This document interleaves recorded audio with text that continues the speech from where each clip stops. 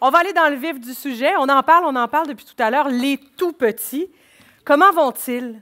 Comment se portent les tout-petits du Québec en 2016 et plus particulièrement, dans quel environnement grandissent-ils? Pour répondre à cette question, qui est au cœur de la mission de l'Observatoire des tout-petits, j'invite Mme Fanny Dagenet, directrice de l'Observatoire des tout-petits, à venir sur scène pour nous parler, mais pour nous dévoiler le tout premier portrait annuel des tout-petits québécois. Fanny? Je te voyais pas.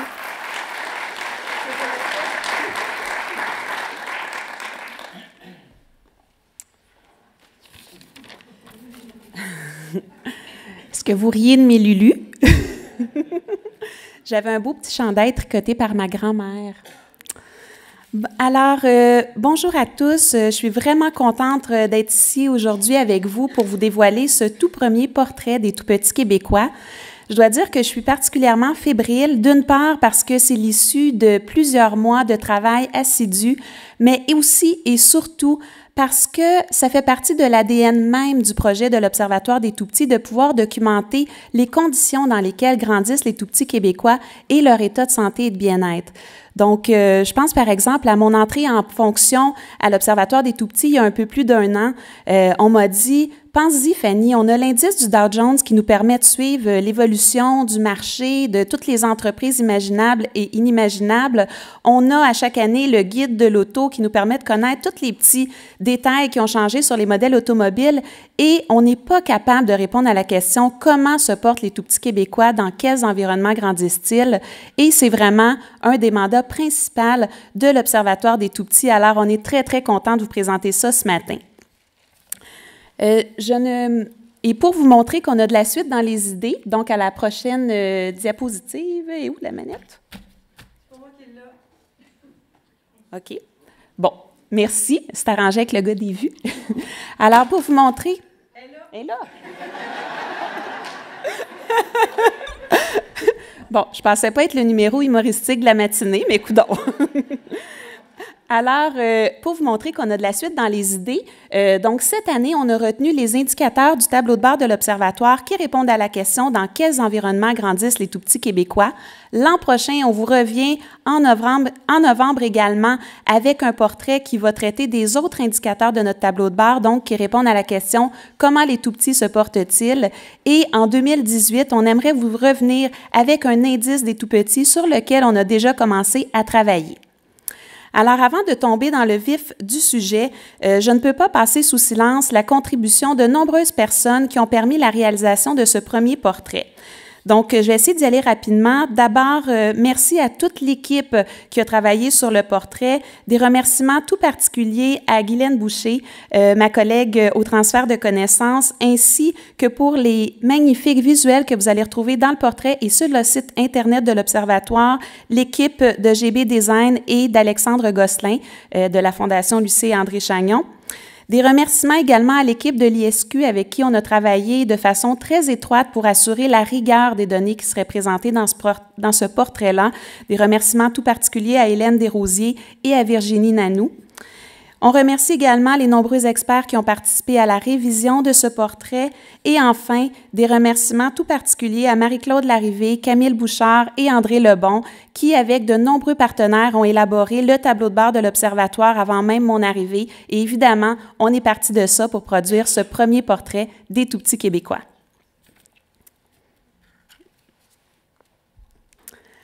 Alors, ce matin, je vous présente évidemment les faits saillants parce que le document complet fait près de 100 quelques pages et plus. Donc, vous allez le retrouver sur le site de l'Observatoire. Vous aurez l'adresse du site tout à l'heure. Alors, d'abord, je vais commencer par les bonnes nouvelles. De façon générale, la situation financière dans laquelle vivent les tout-petits Québécois s'est améliorée au cours des 10 dernières années. Donc, on note notamment une diminution de la proportion de tout-petits qui vivent dans une famille à faible revenu. Effectivement, on est passé de 18,5 en 2004 à 12,9 en 2013. Ça représente donc 11 000 tout-petits de moins qui vivent dans des familles à faible revenu. Il y a également une diminution de la proportion de tout-petits qui vivent dans des familles qui ont recours à l'assistance sociale. Donc, en 2006, on en était à 9,5 % alors qu'en 2011, on en était à 7,9 %. Ça représente 2500 familles de moins d'enfants de tout-petits qui vivent en ayant recours à l'assistance sociale. On note également une augmentation de la proportion des mamans de tout-petits qui sont à l'emploi. Donc, ça peut sans doute expliquer, du moins en partie, l'amélioration de la situation financière. Donc, cette proportion-là est passée de 73,7 % à 77,4 % chez les femmes avec conjoint. Et chez les femmes monoparentales, en 2015, on notait que 61,3 % d'entre elles étaient sur le marché de l'emploi. Enfin, autre bonne nouvelle concernant la scolarité de la mère à la naissance. Donc, environ 6 % des bébés nés en 2014 avaient une maman qui n'avait pas terminé ses études secondaires. Ça représente un peu plus de 5100 tout-petits. Et cette proportion-là a connu une baisse depuis 2008, alors qu'on était à près de 8 %, ce qui représentait alors 6 941 enfants.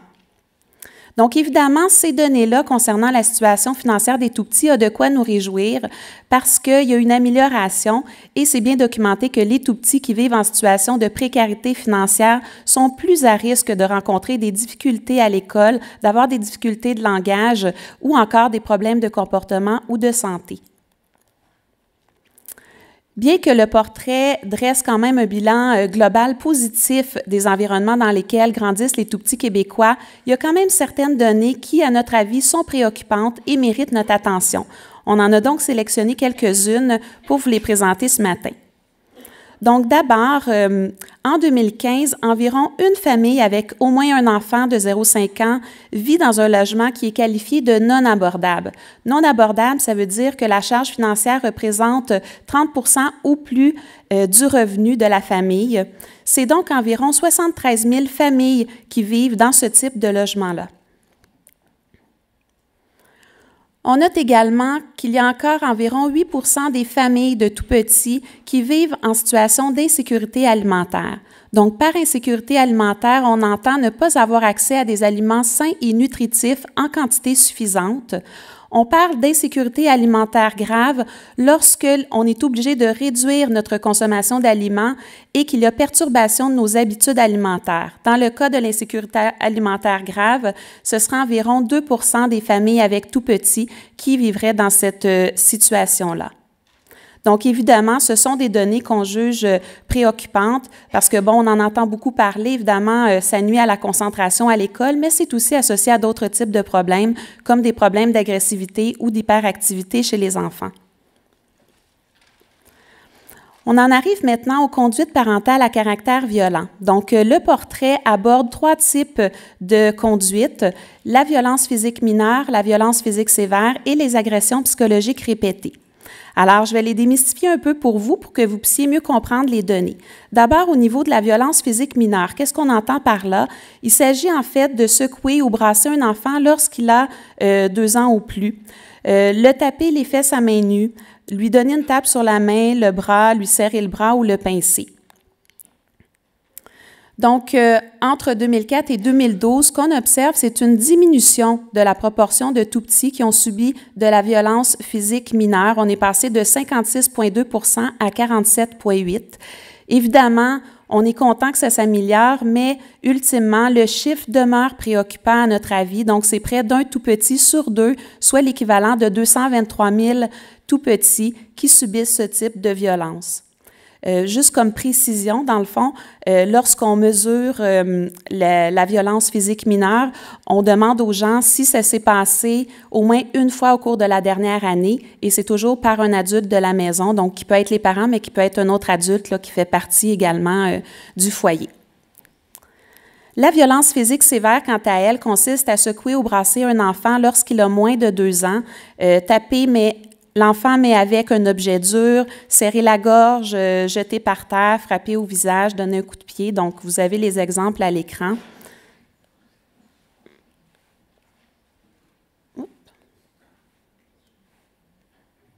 Bon.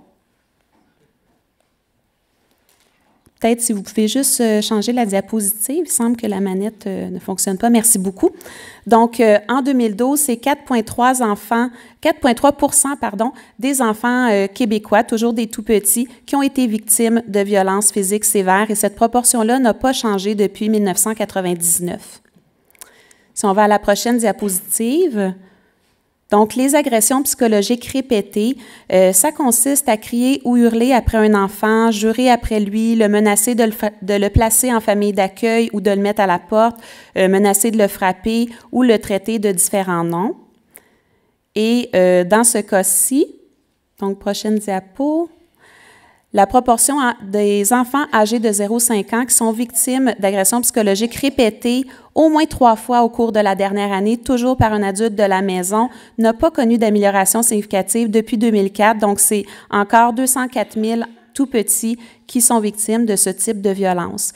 Évidemment, ces données-là nous préoccupent parce que, d'une part, l'un peut se produire en même temps que l'autre. Donc, évidemment, il peut y avoir de l'agression psychologique en même temps que de la violence. Évidemment, ces 3 types de violences ont des conséquences chez l'enfant. On peut parler de problèmes reliés à la dépression, à l'anxiété, à l'agressivité chez l'enfant. Évidemment, ça nuit à son bon développement. Et il y a également un risque de cascade qui est élevé. Donc, on dit que les enfants qui sont victimes de violences physiques mineures sont de 2 à 10 fois plus à risque d'être victimes de violences physiques sévères. Donc, c'est certainement des données qu'on veut garder à l'œil. Donc, pour conclure sur les risques finalement qui ont été observés, pour nous, c'est certain que le fait de se nourrir, de se loger et d'être en sécurité, ce sont des besoins de base qui ont besoin d'être comblés chez les tout-petits pour favoriser leur bon et leur plein développement. Et c'est pour cette raison-là que ces données ont attiré notre attention. Ce qu'on souhaite, c'est que les gens en prennent connaissance et que collectivement, on se demande est-ce que c'est acceptable pour nous? Est-ce qu'on pourrait faire mieux? Et qu'on puisse identifier des pistes de solutions collectives pour agir sur ces enjeux. Et d'ailleurs, le prochain dossier thématique que publiera l'Observatoire au printemps sera sur les conduites parentales à caractère violent. Donc, on souhaite revenir sur la question pour mieux comprendre les conditions qui entourent ces incidents-là et voir de quel levier d'action donc on dispose pour pouvoir améliorer la situation. Alors, ce n'était que les faits saillants. Pour consulter le document complet, vous avez l'adresse du site Internet à l'écran. Et prochaine diapositive. On vous remercie beaucoup de votre attention. Merci.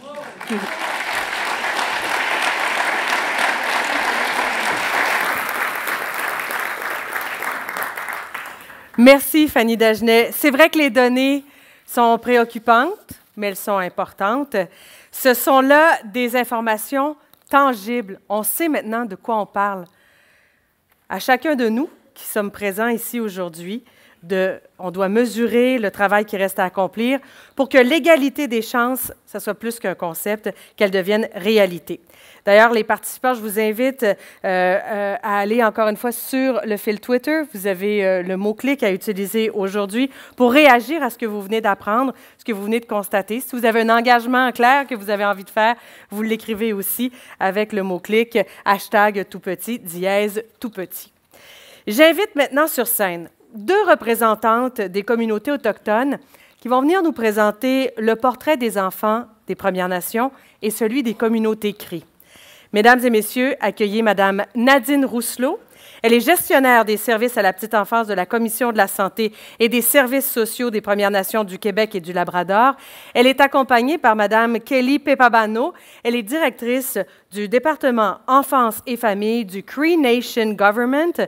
Mme Pepabano va s'exprimer en anglais, mais vous pourrez suivre sa présentation en français. Commençons d'abord avec Mme Rousselot. Bonjour. Bonjour. Koikasnuitchik. Namnendena menchkahagale takhnyato de ziwa widmadat tani modeyat yandin da sinat wa simnani wa wilzat tande weda jizat maxwalo wa chatmuzat wa denigan zinatam hanedoinut. Fait que bonjour à tous. C'était pas prévu, je sais, mais j'aime beaucoup m'exprimer dans ma langue, la langue Innu. Merci.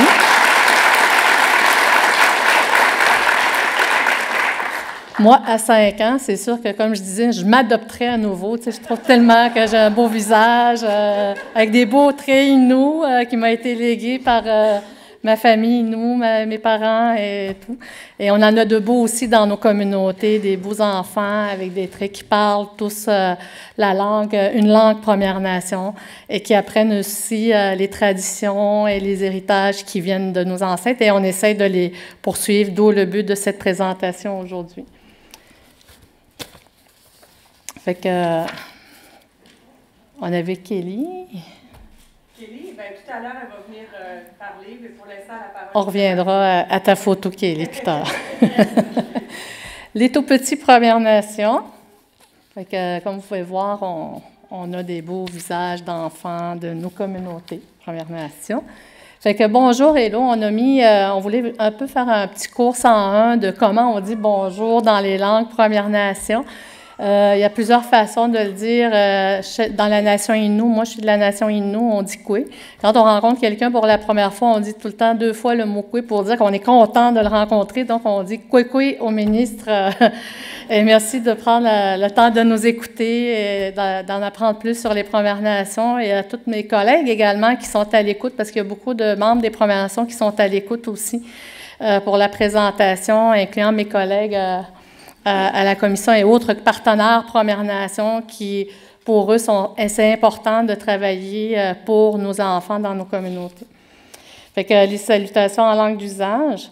Et on voulait également prendre l'occasion de remercier la nation Mohawk parce que nous, quand on fait des présentations, c'est important pour nous de saluer la nation Mohawk la nation dans laquelle nous, on fait la présentation. Donc, on est en territoire Mohawk et on salue la nation Mohawk de nous permettre de nous recueillir, de nous accueillir plutôt et d'avoir cette opportunité d'échanger sur les données des Premières Nations et du portrait des Québécois également, des enfants québécois.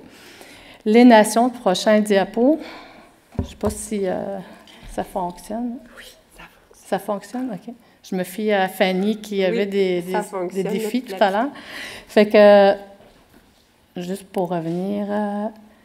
Ici, c'est la carte des nations. Comme vous pouvez voir, les Premières Nations couvrent quand même l'ensemble du territoire. On est un peu localisé dans plusieurs régions du Québec et ça permet de voir la carte sur une autre perspective, comme de quoi, oui, on occupe le territoire également dans l'ensemble du Québec. Les nations, on a 2 grandes familles linguistiques au Québec. On a la famille algonquienne et on a la famille iroquoienne.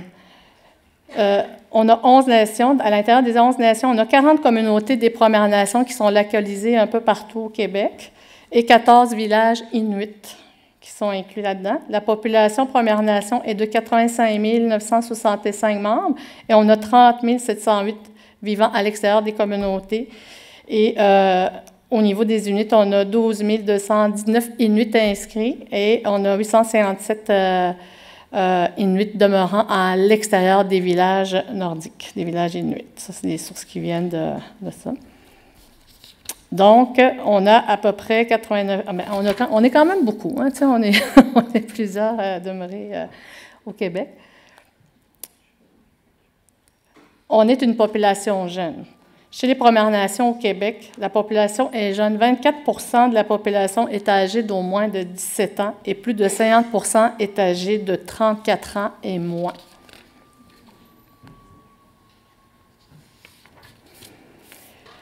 Nous, la façon dont on voulait présenter les données des Premières Nations découle de la Déclaration sur les droits des enfants des Premières Nations. On aurait pu présenter le portrait statistique similaire à ce que Fanny vient de présenter pour le portrait du Québec, mais ce n'est pas vraiment notre intention. Nous, ce qu'on voulait vraiment, c'est de partir vraiment d'une priorité sur laquelle on trouve vraiment important, c'est-à-dire prioriser les enfants en général. Les chefs ont signé en juin 2015 cette déclaration-là qui, elle, découle de la Déclaration des droits des Nations unies et du principe de Jordan également. Et dans la déclaration, si on le résume, ça veut dire que la priorité pour nous, c'est l'ensemble des enfants de 0 à 17 ans, qui inclut également les enfants de 0 à 5 ans. La déclaration est composée de 16 articles définissant les droits, l'engagement des chefs et de la communauté envers nos enfants des Premières Nations. La déclaration, pourquoi on la met à l'avant? Parce que c'est notre fil conducteur. Nous, on va adhérer, on adhère, puis on va faire parler la déclaration tout au long des 5 prochaines années, en mettant en œuvre un plan d'action, un plan de mise en œuvre quinquennal sur 5 ans, auquel on a déjà un plan établi puis adopté à l'Assemblée des chefs. Puis ça comporte quand même plusieurs actions au niveau politique, régional et local. L'année 2016-2017 constitue l'an 1 du plan de mise en œuvre et une diffusion de promotion de déclaration de la Déclaration des droits des enfants. Cette année, en 2016-2017, nous allons mettre 5 articles de l'avant pour faire valoir le droit des enfants. Parmi ces 5 articles, la première, qui est l'article général d'introduction, qui est « Tous les enfants sont créés avec le droit inhérent d'être protégés, aimés, soutenus, entendus et crus, de participer à des jeux, des activités récréatives et de recevoir des soins de santé adéquats, une alimentation, un logement, une éducation conforme à leur culture et à leurs traditions. » L'article 4 dit que nos enfants ont le droit d'apprendre leur culture, leur histoire, de parler leur langue. En général, l'article 5 parle de ça. L'article 4. L'article 7, les parents ont la responsabilité principale de fournir à leur enfant des soins prénatals appropriés, des soins physiques et affectifs continus appropriés à leur âge et de veiller à leur développement affectif. Fournir une alimentation adéquate, un logement, une éducation et des soins de santé appropriés toujours à partir de la culture, de la langue des enfants.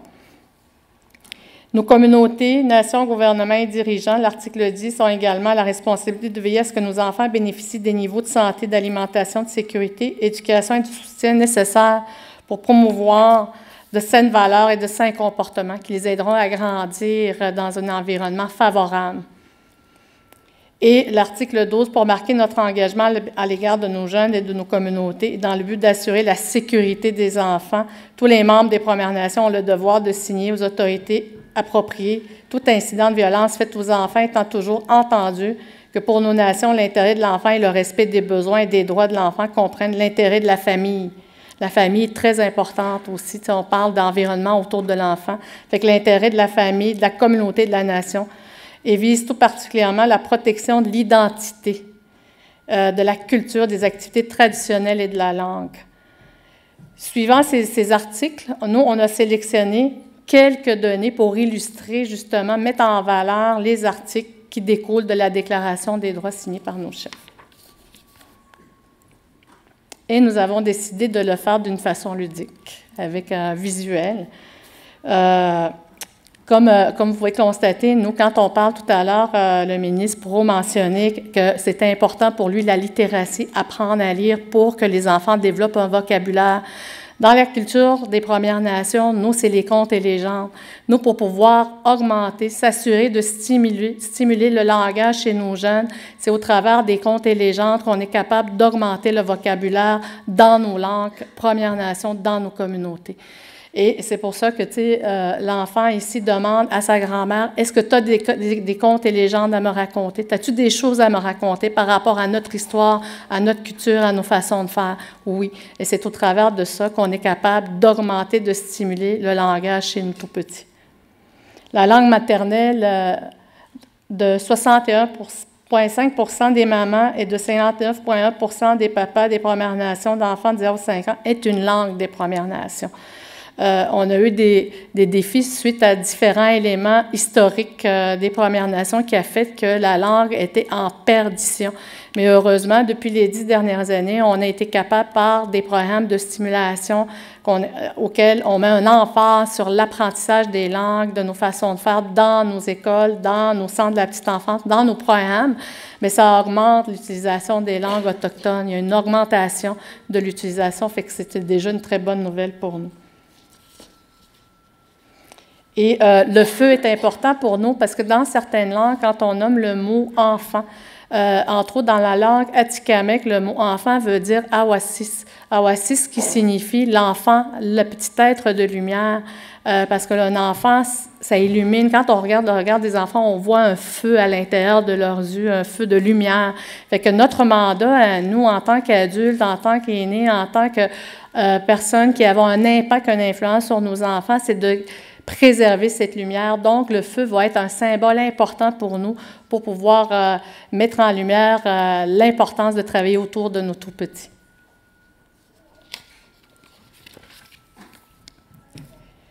La moyenne d'âge des mamans qui ont un bébé est autour de 22 ans, puis une maman sur deux allaite leur enfant. C'est quelque chose qui est en augmentation également dans nos communautés, l'importance de l'allaitement, parce que, tu sais, on en parle régulièrement que donner de l'alimentation de base naturelle à nos enfants, ça commence par l'allaitement également. Et le fait de l'allaiter aussi, ça permet de travailler la langue.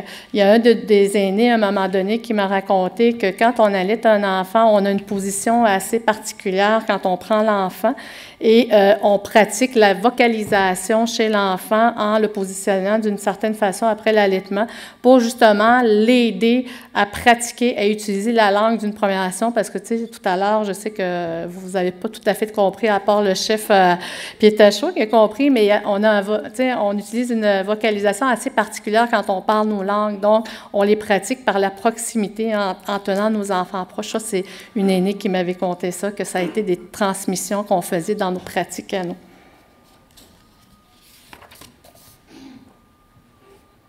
Comme on a mentionné, puis comme je le mentionne, la culture est très importante pour nous.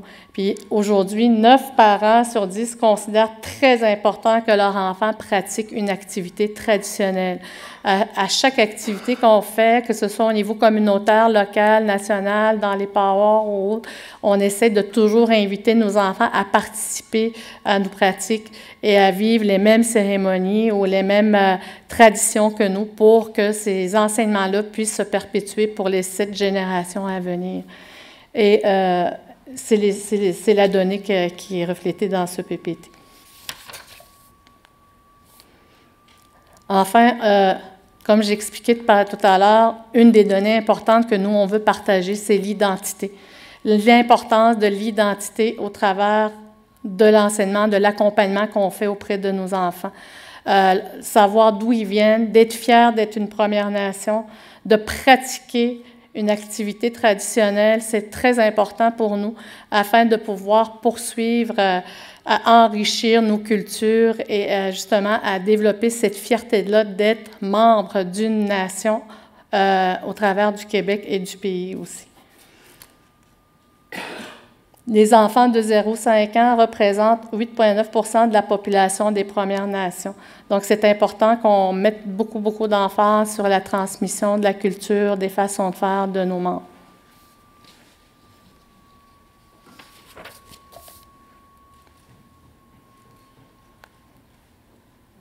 Tous ensemble pour les tout-petits, la devise, pour nous chez les Premières Nations. Nous avons une pochette de presse que Chantal, qui est avec moi, une de mes collègues qui est avec moi, qui va pouvoir vous en partager. On a quand même pas mal de données. Nous, on ne voulait pas aujourd'hui arriver à présenter le portrait des défis ou des enjeux qu'on rencontre dans nos communautés parce qu'on en a nous aussi. Ce qu'on voulait surtout relater, c'est que quand on parle des tout-petits, la priorité, c'est l'identité.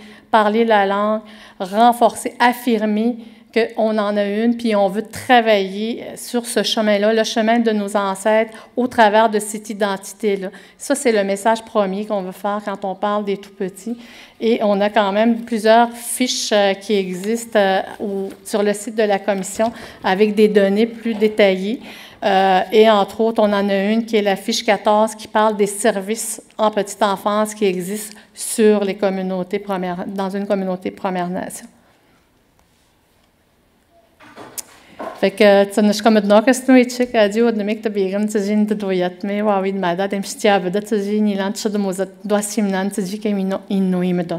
Merci beaucoup d'avoir pris le temps d'écouter et encore une fois, c'est important pour nous de transmettre la langue, de transmettre notre héritage, de transmettre nos enseignements à nos enfants. Voici pourquoi nous, on réitère l'importance de travailler avec nous tout petits. Merci.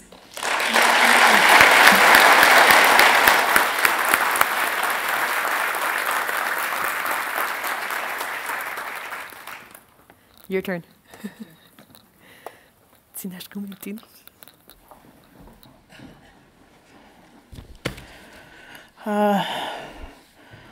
Wajag mstigen skubnaga bit snag jimi and notch.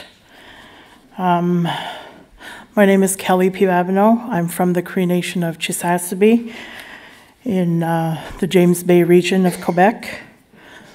The first thing I'm going to show you is one of the traditions that we do with children in our communities, in the Cree communities, in Ioishchi. In the presentation, I'll be referring a lot to Ioishchi, which translates the Cree Nation. So, the walking out ceremony is a ceremony that is performed on children when they reach walking age. So, between 1 and 2, when they start walking. And we usually do it in the springtime because that's when the earth is renewed. And usually the children are not allowed to walk on the earth until they have this ceremony. After that, they're free to explore. So, what we'll show you today is just some statistics on the population in Ioishchi compared to the rest of the province. So as you can see, what you can focus on is in Ioishchi, the higher population is between 0 to 4 compared to Quebec. You'll have to excuse me, I'm a little bit nervous. Our population is really growing in the Cree Nation. The next slide just shows the different age groups in the population and how it's by 2036, it will be very high. I'll probably be a great-grandmother by then. So this is the fertility rate for, as you can see, for the Nunavik region and the Cree Nation. It's a lot higher than the rest of the province. In all of Quebec, it's an average of 1.62 and 3.2 and 3.33. So I would say a lot of the reason why we have more babies is because we live up north, it's colder, and we stay indoors more. The next slide is just showing you that single-parent families in Ioishchi is growing. It's a growing trend, I could say. I am one of them. I have 4 children, ranging in age from 26 to 6 years old. So yeah, the single population is growing. The next slide is showing you the sizes of our families compared to the rest of Quebec. So if you look at the last number, we like to have large families. Again, I think I told you why. We're indoors a lot. Yeah, the temperature in the winter is usually minus 40. So we have a very growing population. And the next slide, again, shows the single parents compared to the rest of the province. We have, for 3 or more children, single parents is 22%.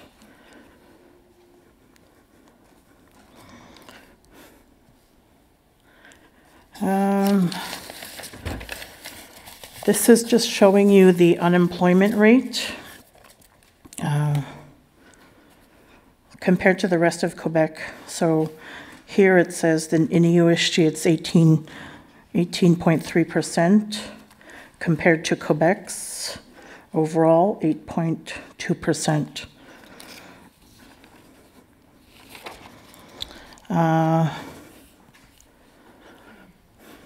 The next one, is that the one I did already? Yeah. You're right about the unemployment since 2001. Yeah. So you want to change Yeah, I just wanted to change the slide. Okay. So the unemployment rates are actually lowest in Iuishchi than in other First Nations, but also doubled compared to the rest of Quebec. So it's pretty high. In Iuishchi, the single parents actually rank the lowest for overall income. Yeah, so I don't know, I can't really say why. I think it's a lot to do with the education of our people, and also finding reliable people to take care of their children when they're single and to go out and work, because I've experienced that myself.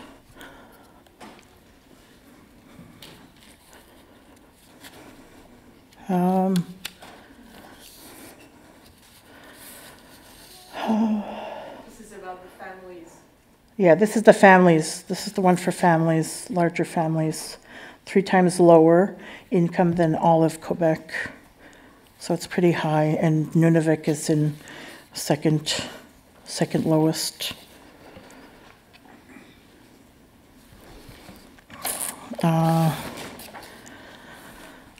So here just shows you the cost of a nutritious food basket if you were to purchase it. In Iuishchi, it's $312. Compared to in Montreal, it would be $208. And one of our Cree communities, Wabmacshto being the highest, is almost $400. And that's one of our fly-in communities. There's no road there, so the food is flown in. A lot of times when the food gets there too, it's not very fresh, so they complain about that a lot. I know that because my sister lives there.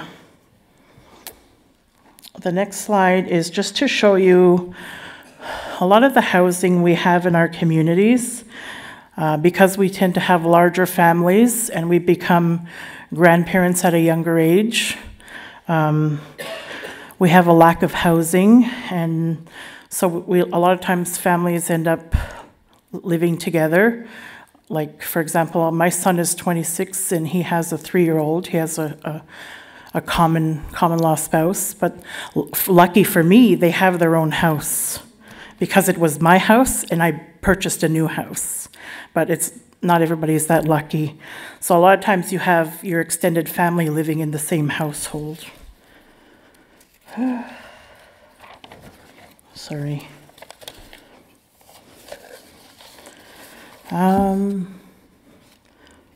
This again is just showing the household. More than one family is living in the household. So in all of Iuishchi, it's 17% higher. Chisasibi, where I come from, being the highest. I have a daughter that lives in Ottawa that's going to school, but when she comes home, when the end of her program, when her program ends, she doesn't have a place to live. She's 21, so she has to live with me because of the housing situation. So that's all I wanted to share, just to give you an idea of what it's like living in Iuishchi. Thank you. Wajiag Maswa.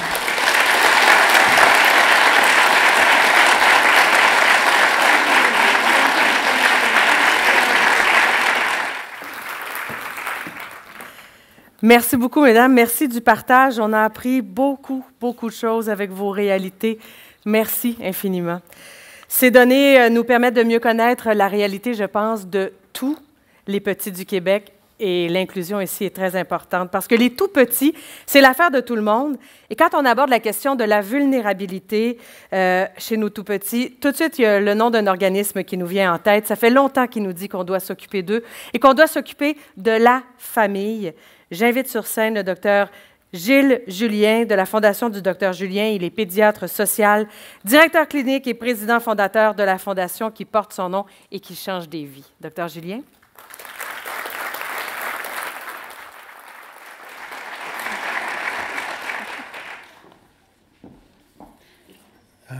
Bonjour, je suis bien heureux d'être ici. Je suis particulièrement heureux que ce ne soit pas juste une journée pour les tout-petits, parce que souvent on voit la journée de ci, de ça. Puis on a une semaine des tout-petits. Puis j'espère que dans 3 ans, 5 ans, ce sera l'année des tout-petits ou la décennie des tout-petits, parce qu'ils méritent bien.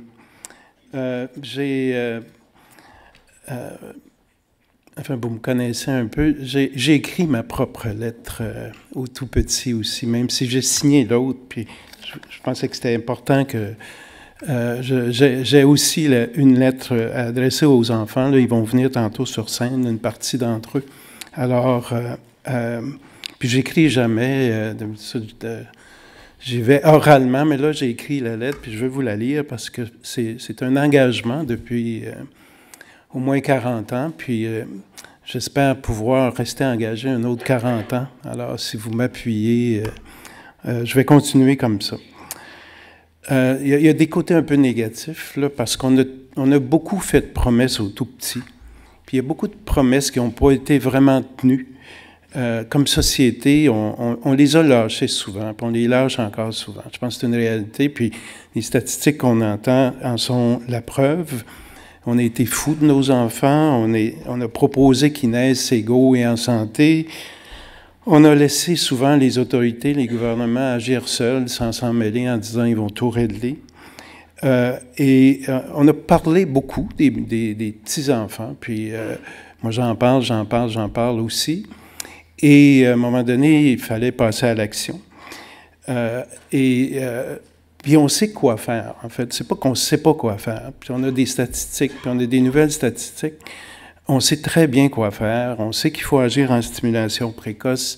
On sait que les grossesses doivent être bien accompagnées. On sait que les enfants ont besoin d'être encouragés pour persévérer à l'école.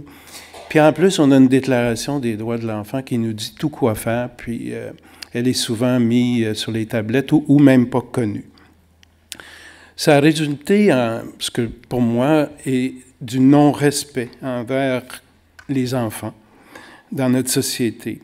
Parce que les mamans tardent encore à trouver des soins pendant leur grossesse. J'ai plein de jeunes que j'ai suivis qui ont de la difficulté à trouver un médecin pour suivre leur grossesse. Souvent, ça va à 6 mois, parfois à la fin de la grossesse.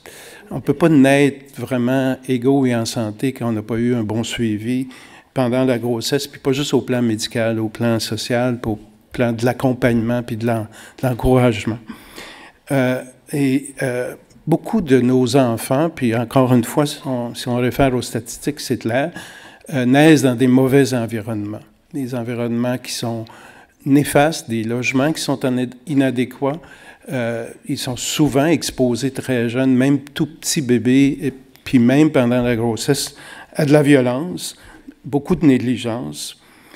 Et beaucoup de nos enfants manquent de stimulation. Là, des statistiques, encore une fois, viennent nous le dire. Puis on sait que l'entrée à l'école à 4-5 ans n'est pas nécessairement une réussite pour plusieurs de ces enfants-là. C'est 1 sur 3. Puis dans certains secteurs, 1 sur 2 qui arrivent à l'école pas prêts, pas assez stimulés. Beaucoup de ces enfants-là, pendant tout leur parcours de jeunesse, pas juste tout petit, mais pendant tout leur parcours, manquent d'outils pour se développer. Puis je trouve ces petits-enfants vulnérables, démotivés, abandonnés. Tous les jours, dans notre pratique, nous, on voit des enfants qui sont démotivés. Ils ne vont pas bien à l'école, ils nous sont envoyés par l'école, cause démotivation. Beaucoup d'abandon aussi de la part des communautés puis des familles par rapport aux enfants quand on vit dans des conditions de survie, ce qui crée une vulnérabilité qui n'a pas de bon sens. Puis on sait en plus au niveau des neurosciences que le cumul des stress toxiques, des polytraumatismes, les petites violences quotidiennes, c'est des polytraumatismes. Quand ça s'accumule, ça nuit au développement du cerveau. Puis c'est souvent pratiquement à 3 ans, la moitié du volume du cerveau, un enfant qui a été bien stimulé ou pas bien stimulé. Et ça n'a pas de bon sens. Alors, ce que je veux avec la lettre, c'est de faire une promesse, mais seule ou avec d'autres. Je représente aussi plusieurs personnes de pédiatrie sociale en communauté, des avocats, des travailleurs sociaux, des médecins, des bénévoles, des infirmières, toutes sortes de spécialistes. On est à peu près 500, effectivement. Puis notre engagement, puis on veut que la communauté nous suive, c'est de vous respecter comme être humain à part entière. Et ça correspond à tous les droits, ce qui est énoncé dans la Convention des droits. On vous promet de travailler à créer un monde équitable. On essaie de le faire à bout de bras depuis longtemps. Et on veut cibler tous vos besoins. Les besoins de l'OBO, ce n'est pas une vue de l'esprit. S'il en manque un, ça ne marche pas. Alors, il faut s'occuper de l'ensemble des besoins en même temps, qu'ils soient médicaux, qu'ils soient sociaux, qu'ils soient en termes d'accompagnement.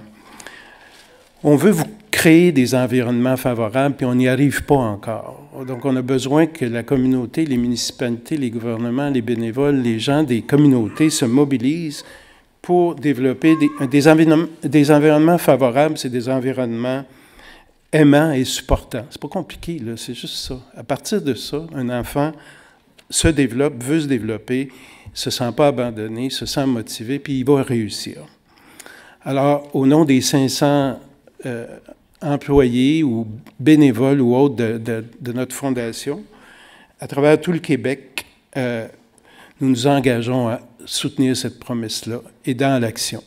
Alors, qui veut nous suivre, vous êtes tous les bienvenus.